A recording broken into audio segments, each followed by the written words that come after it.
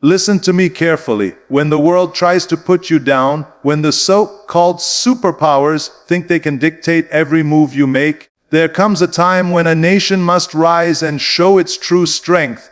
That is exactly what happened when India delivered its reply. This was not just words, it was power, it was strategy, it was confidence, and it was clarity. JAISHANKAR'S statement was not ordinary, it was precise. It was sharp like steel, and it cut through the noise of the West. He made it clear that India will not bend, it will not compromise, and it will not be intimidated. The West expected hesitation, they expected silence, but instead they got a chilling truth: India decides its destiny, not Washington, not Brussels, not anyone else.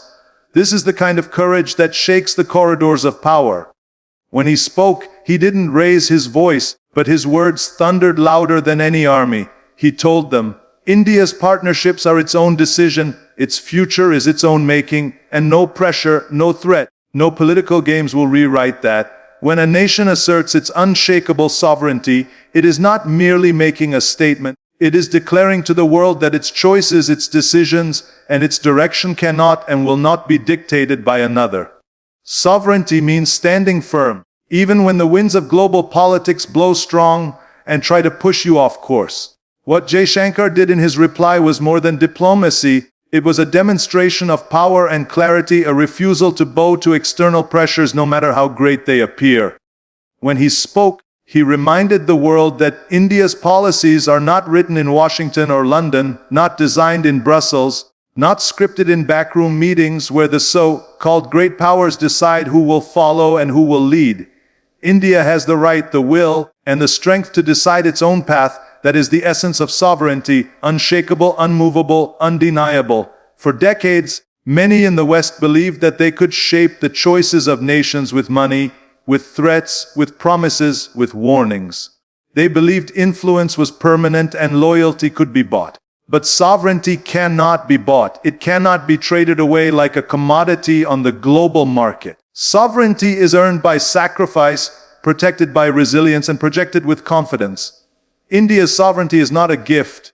It is the result of decades of hard work, growth, and struggle, built on the foundation of independence won through blood and determination. When JAISHANKAR responded, he was not just defending a policy decision, he was defending the entire principle that India is free to act in its own best interests without explanation or apology. This is why his words carried such weight. Because behind them stood a billion voices, a billion dreams, a billion lives demanding dignity and respect on the world stage. Unshakable sovereignty is not about arrogance, it is about balance, about knowing that your nation's future cannot be compromised by short-term pressures. When others push you to choose sides, when they demand that you sacrifice your partnerships, your energy security, your defense strategies, in order to align with their agendas, true sovereignty means saying no. True sovereignty means deciding based on your nation's priorities, not someone else's expectations. JAISHANKAR'S response was chilling precisely because it shattered the illusion that India could be pressured into abandoning its principles. He made it clear that India would pursue relations with whom it chooses, buy energy from where it chooses, and shape its strategy based on national interest, not international intimidation. That is unshakable sovereignty, the kind that makes allies respect you and rivals fear you. To grasp the power of this, one must understand the difference between a dependent nation and an independent one. A dependent nation waits for approval before acting. An independent nation calculates, decides, and acts according to its needs. India has reached a stage where it does not seek approval for every move. It simply announces its choices, and the world must accept them.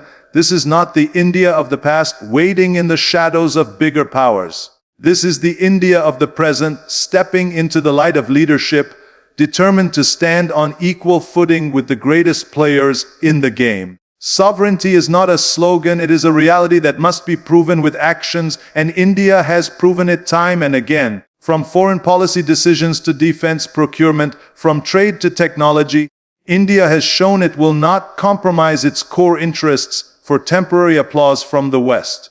The weight of sovereignty becomes evident in moments of challenge. When the world is divided, when sanctions are imposed, when warnings are given, many nations fold, many nations submit.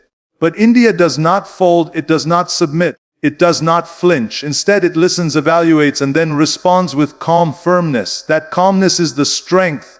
That firmness is the power. It is easy to raise your voice, but it takes true strength to speak softly with words, so sharp they pierce through the noise. That is what unshakable sovereignty looks like. Not shouting but standing, not boasting but proving.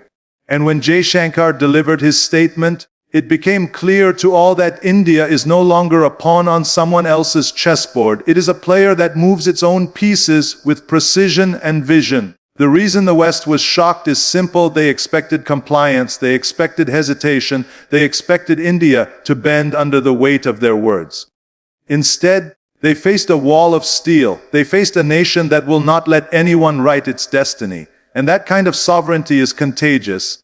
It inspires others. It shows smaller nations that they too can stand, that they too can choose. India is showing the developing world that strength does not come from obeying louder voices, but from standing on your own ground. This message is not just for the United States or Europe, it is for the entire global order. A new balance of power is emerging, and at the heart of it stands a sovereign India that answers to no one but its people. Unshakable sovereignty means owning your future. It means saying to the world, you may not like our choices, you may not agree with our strategies, but you cannot control them.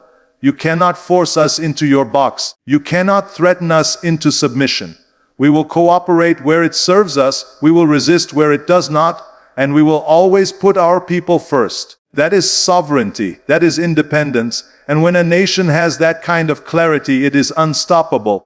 The West is beginning to realize that the age of dictating to others is over, and India's reply has become the loudest example of that truth. It is not about confrontation, it is about confirmation. Confirmation that 1 billion people are standing tall, confirming that their voice matters, confirming that their choices are theirs alone.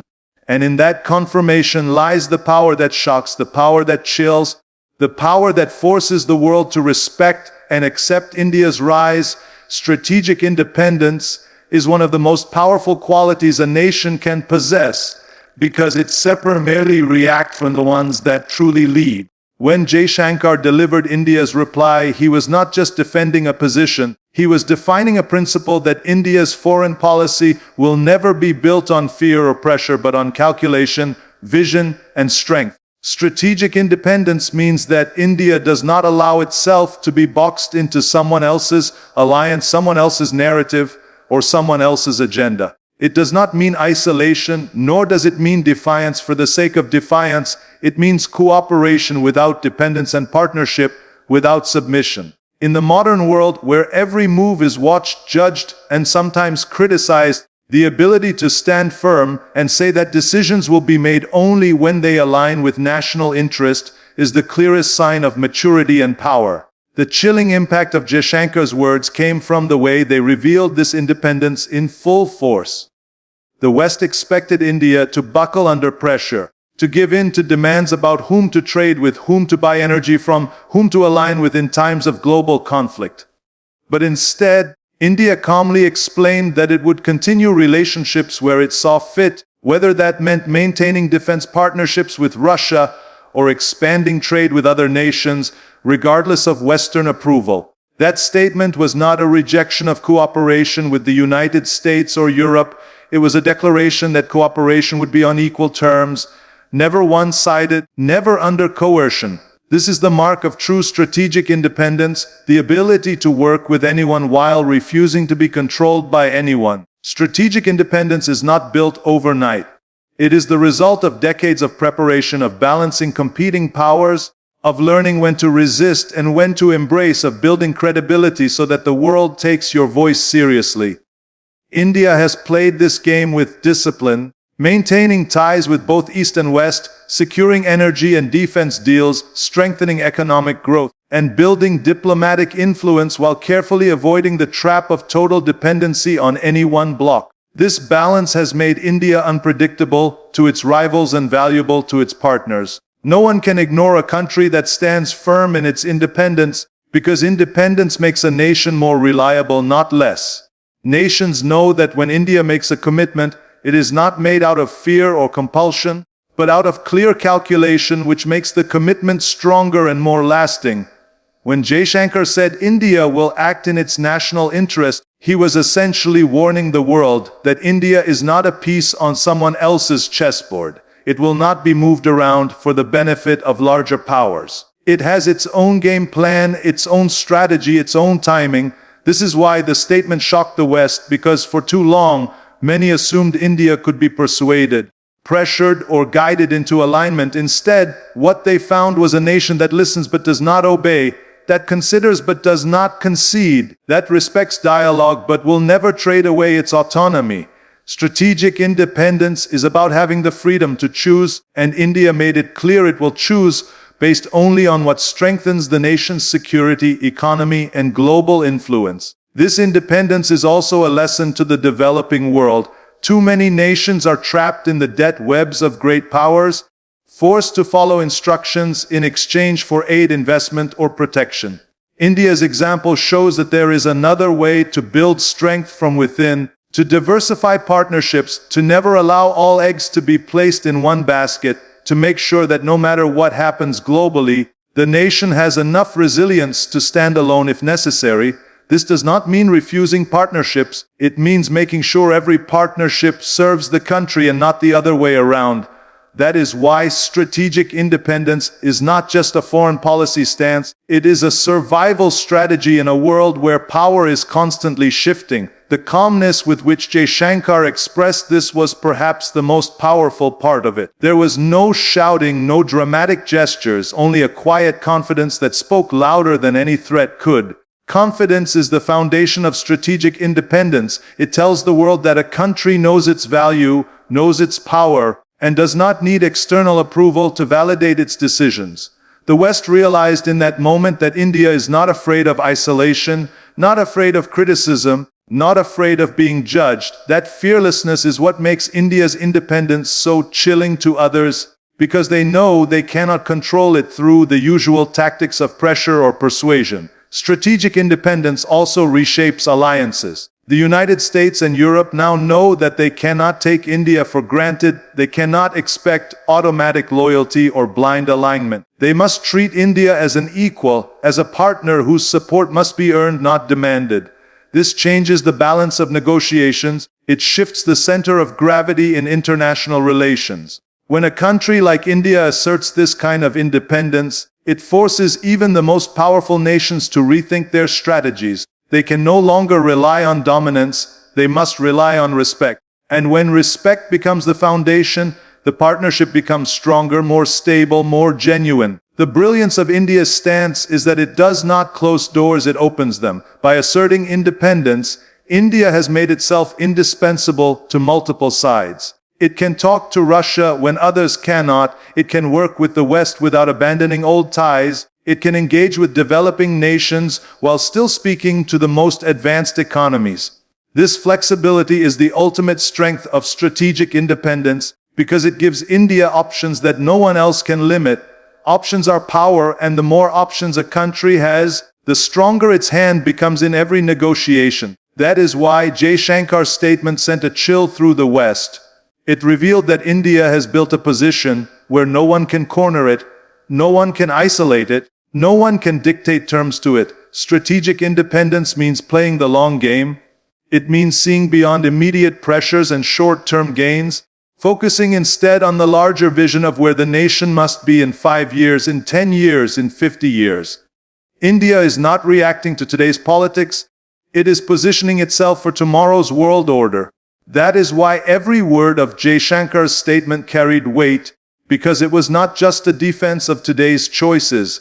It was a declaration of tomorrow's strategy. It showed the world that India is not just surviving in the current system, it is preparing to help shape the next one. And that is the ultimate expression of strategic independence. Calm but chilling tone is one of the most effective weapons in diplomacy and leadership, because it conveys strength with a power without theatrics. When Jaishankar responded to the pressures and questions surrounding India's global stance, he did not raise his voice, he did not slam the table, he did not make threats. Instead, he spoke in a measured, composed manner. But every word he uttered carried a weight that echoed louder than any shouted warning could.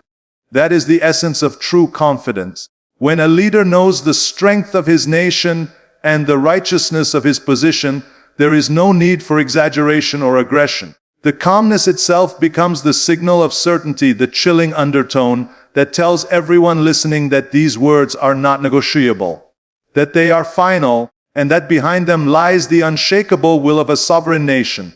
This is why the world reacted so strongly. Many in the West are used to diplomacy filled with careful phrasing, hedging, or half-promises. They are used to leaders from developing countries hesitating, showing nervousness, or leaving room for compromise under pressure. But Jaishankar's tone left no such opening. He did not seek to please. He did not try to soften the message for comfort. He simply stated India's position as a matter of fact, as if it were a natural law. That calmness was chilling because it gave no space for doubt, no sign of weakness, no hint of hesitation. It was not just what he said, it was how he said it that shifted the perception of India's power in the eyes of the world. The power of calm speech lies in its ability to disarm opponents. A loud or aggressive tone can be dismissed as emotional, as defensive, as insecure. But a calm and composed tone shows control, discipline, and absolute certainty. It makes the listener realize that the speaker does not need to convince himself. He already believes every word, and that makes it far harder to challenge him.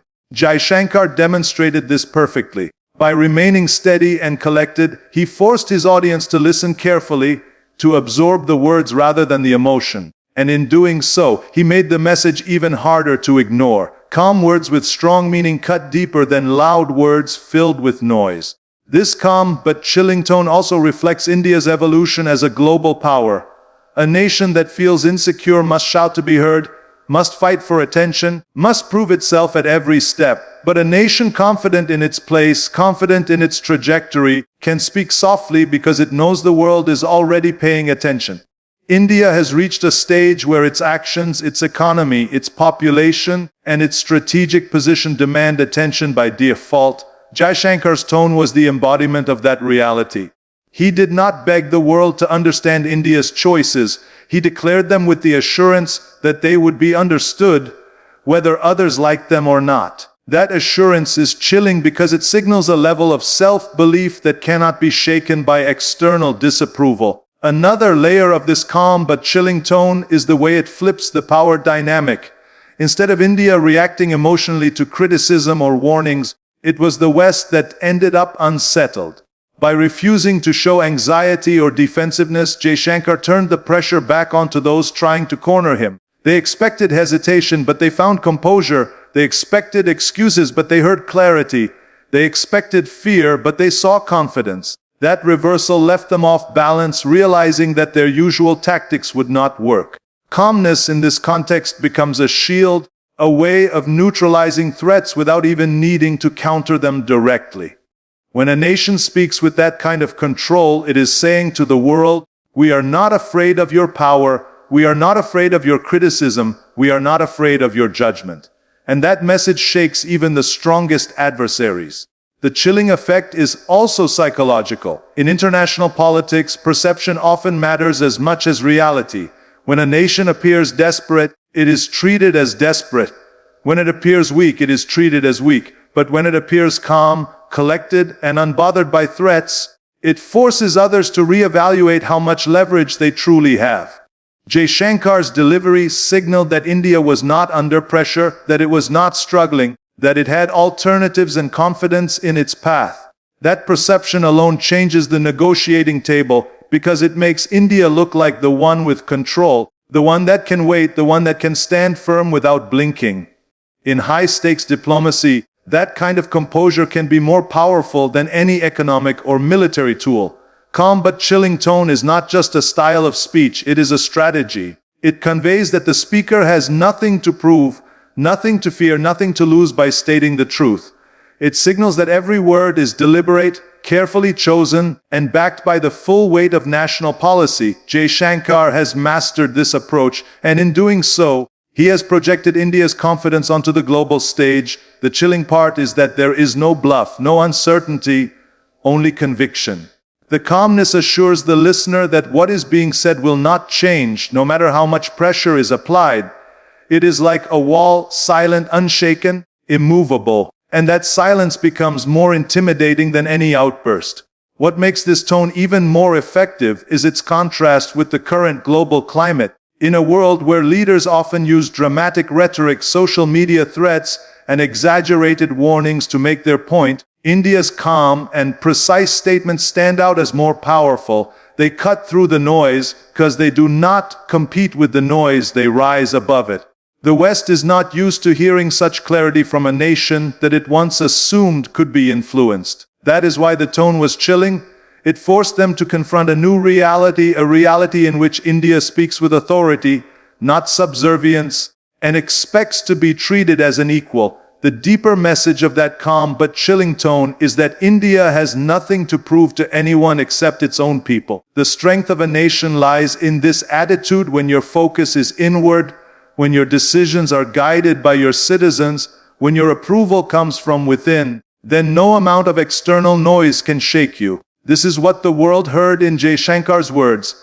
It was not just a foreign minister responding to criticism. It was a nation declaring its maturity, its independence, and its resolve. And the fact that it was done with calm assurance rather than fiery rhetoric made it all the more powerful, all the more unsettling, all the more unforgettable. Message to the West was loud without being loud, sharp without being hostile, and final without being exaggerated. It was the kind of message that carries weight not because it is shouted, but because it is undeniable.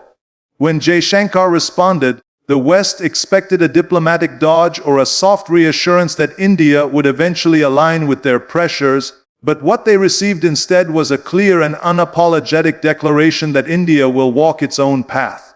This was not about rejecting cooperation, it was about redefining the terms of engagement. The message was simple: India is not the country it was decades ago, it is not a junior partner waiting for instructions, and it is not a follower of global scripts written by others. It is a nation with its own vision, its own goals, and its own power to pursue them, and that fact must now be accepted by those who once assumed dominance. The West has long been used to positioning itself as the director of the global order, expecting others to fit neatly into roles they assigned.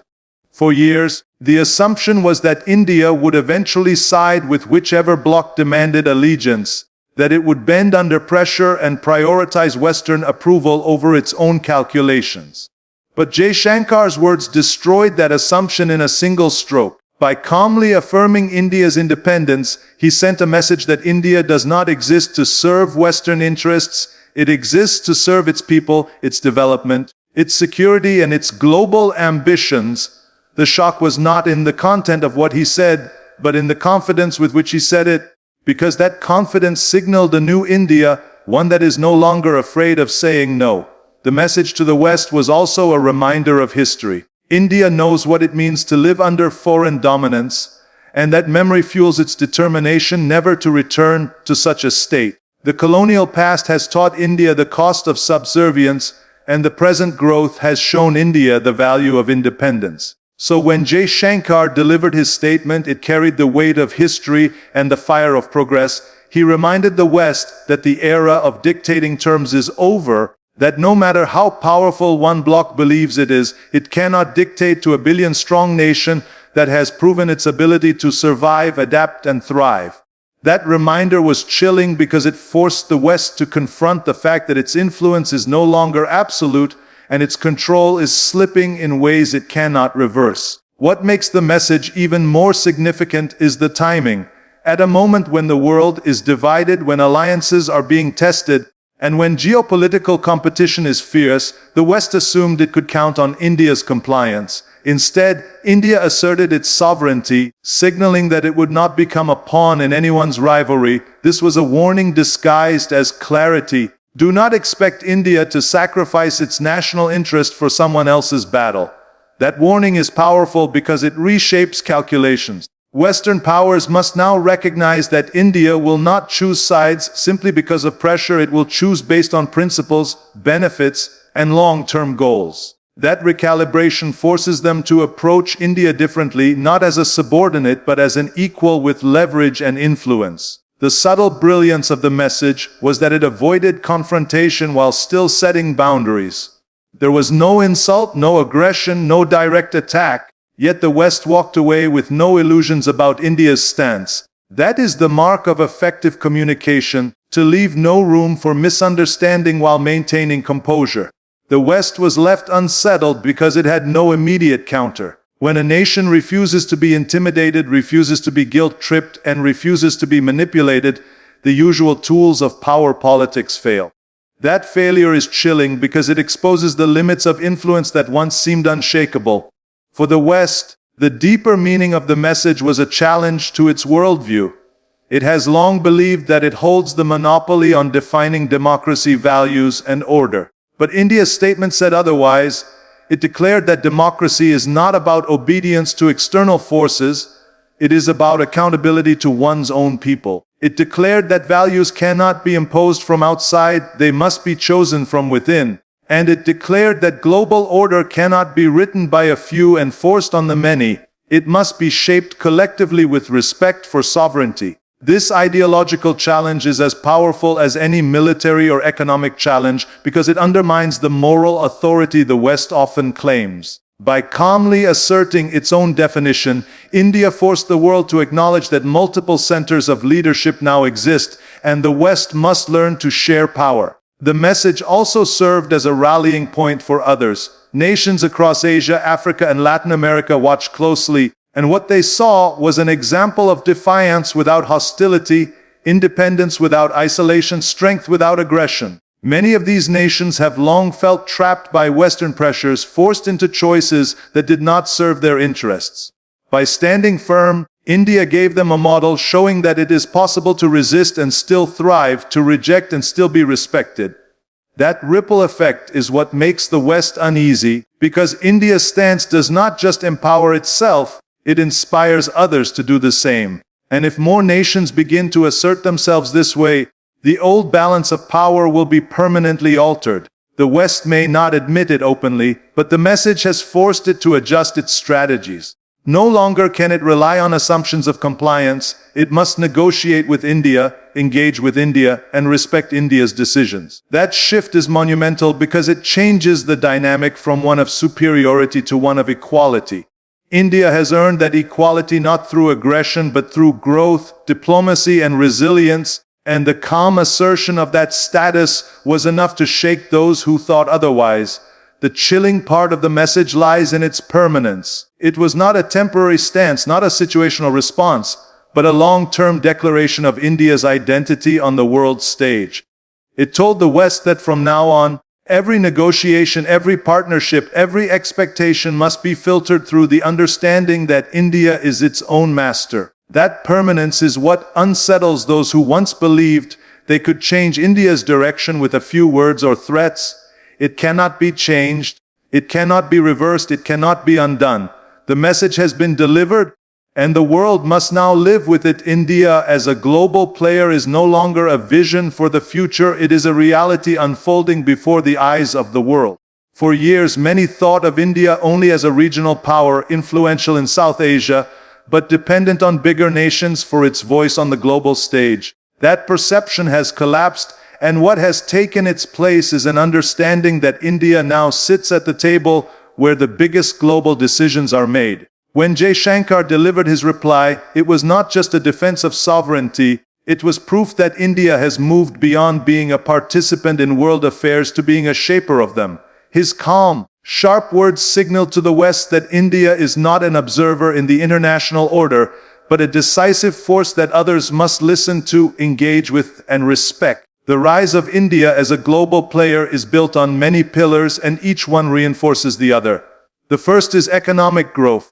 India has become one of the fastest growing major economies in the world, consistently climbing the ladder of GDP rankings and attracting global investors. With a massive market, a skilled workforce, and an expanding middle class, India is no longer seen as just a developing country, but as a hub of opportunity and influence. This economic weight gives it leverage in negotiations, power in trade, and credibility in global institutions. Nations cannot ignore a country that holds the potential to shape global supply chains and dominate technology sectors, and provide a consumer base of over 1 billion people. The second pillar is military and strategic capability.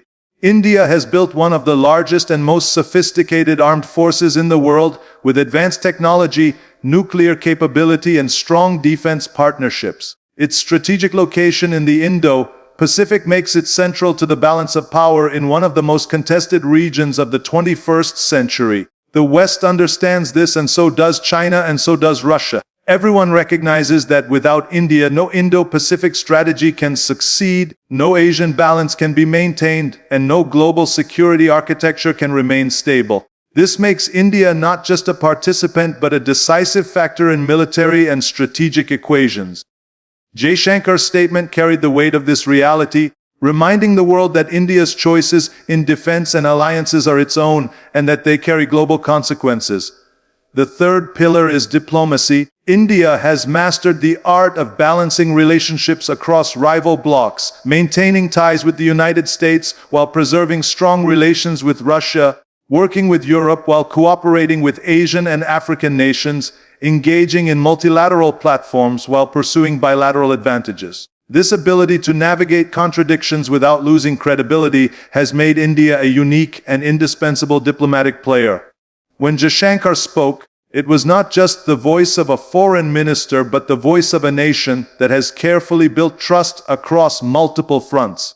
The West was shocked not only by the content of his words, but by the fact that they could not afford to dismiss them.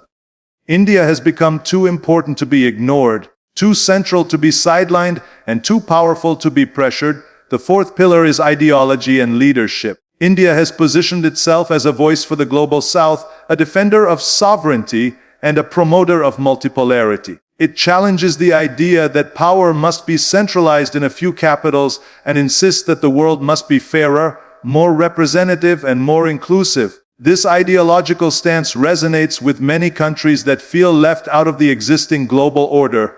By standing firm in its independence, India has become a symbol of resistance to domination and a beacon of possibility for others seeking to assert their place. When Jaishankar spoke, his words echoed far beyond the halls of Western power, reaching nations across continents that saw in his confidence a reflection of their own aspirations. This is why India's role as a global player is not limited to hard power, it extends to soft power, moral authority, and inspiration. The fifth pillar is resilience. India has faced crises from economic shocks to security threats, from pandemics to political pressures, and yet it has consistently bounced back stronger.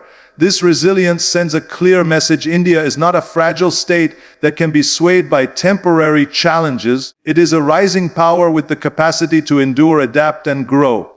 This resilience underpins the calmness of Jaishankar's words. When a nation knows it can withstand pressure, it does not need to shout or beg. It simply states its position and lets the world adjust. That calmness is built on the foundation of resilience, and that resilience is what makes India's role as a global player undeniable. The message to the West, therefore, was that they can no longer treat India as a background actor. Whether it is in discussions about energy, climate change, security, trade, or technology, India has to be at the center of the conversation. Excluding India or underestimating India is no longer an option, because decisions taken without its involvement will not hold global legitimacy. This is the reality that the West must now face, and it explains why Jaishankar's statement had such a chilling effect. It was not just a declaration of independence, but a reminder of relevance, a reminder that India has the power to influence outcomes that affect the whole world. This new role comes with responsibilities, and India has embraced them. From sending vaccines to other countries during the pandemic to playing mediator in international conflicts, from leading renewable energy initiatives to participating in global forums, India has shown it is willing to act as a responsible power. But being responsible does not mean being submissive. India has drawn a line between cooperation and compromise, making it clear that it will help shape solutions but will not surrender its principles. This balance is what defines a true global player, the ability to engage constructively while standing firm on sovereignty. The chilling part for the West is realizing that India does not need validation from them anymore. It is not waiting for approval. It is not seeking permission. It is not dependent on their acceptance. It knows its worth and it is acting from a position of confidence. This self-assurance changes the entire dynamic, because now the West must court India's support instead of demanding it, must negotiate instead of commanding, must adapt instead of expecting obedience. That reversal of roles is monumental, and it explains why Jaishankar's tone carried such power. India as a global player is not an aspiration to be achieved. It is a truth that is being enforced every day.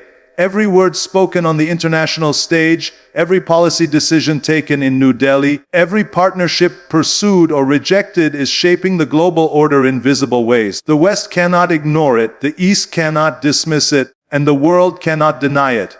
Jaishankar's statement was the embodiment of this reality, the moment when India's role was not just stated but demonstrated. Calm, clear and final, it told the world that India is here, it is strong, it is independent, and it is shaping the future of the world whether others are ready for it or not. Redefining power dynamics is not simply about shifting military strength or economic influence. It is about changing the way nations perceive themselves and how they interact with one another on the global stage. For decades, the global order has been dominated by a few voices, and those voices set the rules, wrote the scripts, and expected others to follow. But when Jaishankar gave his response, it was not just a rebuttal to Western pressure, it was a signal that the old script no longer applies. The balance of power is being rewritten, and India is not waiting for permission to claim its place in that rewriting. This is what makes his words so chilling for the West. They were not just defensive, they were transformative. They told the world that the era of unilateral dominance is fading and that India is one of the forces driving that change. The redefinition of power dynamics begins with the recognition that influence today is multipolar. No single nation, no matter how strong, can dictate terms to the entire world anymore. India's stance is proof of that. By refusing to compromise its partnerships with countries like Russia, even under Western pressure, India showed that power is not about obeying one bloc or another. It is about choosing freely and shaping outcomes that serve your interests. This ability to stand apart while still being central is what makes India's role unique. It has ties with both East and West. It has credibility with both developed and developing nations. And it has the ability to act as a bridge where others see division. That is redefinition. Turning from a player being pulled into camps to a force that can connect and balance those camps. This redefinition also changes the psychology of diplomacy. The West has long relied on its influence to shape the behavior of others, but when India calmly pushed back, it forced them to reconsider their approach. The realization that India cannot be bullied or cornered marks a profound shift in the way power is perceived. It is not just about India's rise. It is about the decline of old methods of control. Threats, sanctions, warnings, these tools lose their impact when the target refuses to bend. Jaishankar's statement was a demonstration of that refusal, and it sent a chill because it proved the limits of Western influence in real time. It showed that nations now have the confidence to stand on their own terms, and once that confidence spreads, the dynamics of global power will never look the same. Another dimension of redefining power dynamics is how alliances are built. The old world was shaped by rigid blocks, Cold War-style alignments where loyalty to one side meant hostility to the other. India's position rejects that rigidity. By engaging with multiple powers simultaneously, it has shown that the future belongs to flexible partnerships, not permanent allegiances. This creates a world where countries can shift, adapt, and balance, creating a more fluid and dynamic order.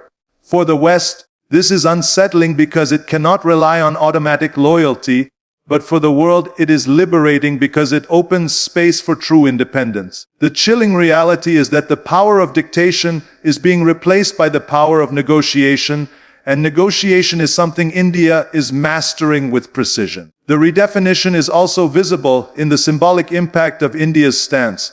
For centuries, global order has been shaped by the colonial mindset, where certain nations assumed the role of teachers and others were expected to be students. India's voice now rejects that mindset entirely. By asserting that its choices are its own and not subject to external judgment, it is telling the world that the age of hierarchy is over. Sovereign nations are not to be lectured, they are to be respected. That message resonates far beyond India's borders, reaching nations in Africa, Latin America, and Asia who have long struggled under similar pressures. When they see India redefining its position, they see a path for themselves. This ripple effect is perhaps the most chilling for the old powers because it signals the beginning of a larger transformation that will weaken their dominance permanently. The practical effect of this redefinition can already be felt. Trade agreements, energy partnerships, defense cooperation, all are now being approached with a new awareness of India's leverage. Nations are no longer treating India as a junior partner, but as a key decision maker whose involvement can tip the balance. This means the West, as well as others, must compete for India's cooperation rather than demand it. That competition changes the entire structure of international relations. When multiple powers court one nation, that nation holds more cards than ever before. India is playing those cards wisely, ensuring that every engagement strengthens its sovereignty while enhancing its global influence. Redefining power dynamics also has an ideological dimension. India's stance is not just about what it will do, but about what it represents. It represents the idea that multipolarity is not a threat, but an opportunity, that nations can thrive without belonging to one bloc, and that balance is stronger than dominance. This idea challenges the foundation of Western power, which has long been based on the assumption of centrality. By rejecting centrality, India is making way for equality. By rejecting dictation, it is making way for dialogue. This ideological shift is what makes its statement resonate so deeply, because it speaks not only to governments but to peoples who are tired of being sidelined in decisions that shape their lives. The chilling impact on the West comes from the realization that this redefinition is not temporary. It is not tied to one government or one leader. It is part of India's long-term trajectory. With every year of growth, with every successful partnership, with every act of resilience, India cements its role in the new order. The West cannot undo this rise, it can only adapt to it, and that adaptation means relinquishing some of the control it once took for granted. This loss of control is what makes the message so powerful. It is not just a diplomatic reply, it is a signal of a deeper transformation that cannot be stopped. Redefining power dynamics means India is no longer waiting for a seat at the table, it is building its own table and inviting the world to sit. It means that old hierarchies no longer define relationships, mutual respect does. It means that the voices of 1 billion people matter as much as those of any other nation. This is the truth that JAISHANKAR'S calm words carried. They were not just an answer to a question, they were a declaration of a new age, one in which India stands not as a follower, but as a leader, not as a subject, but as a force, not as a background actor, but as a central pillar of the world order. That is the redefinition unfolding before our eyes, and that is why the West was left shaken, because it realized that the world it once controlled is being reshaped by nations like India who refuse to play by outdated rules.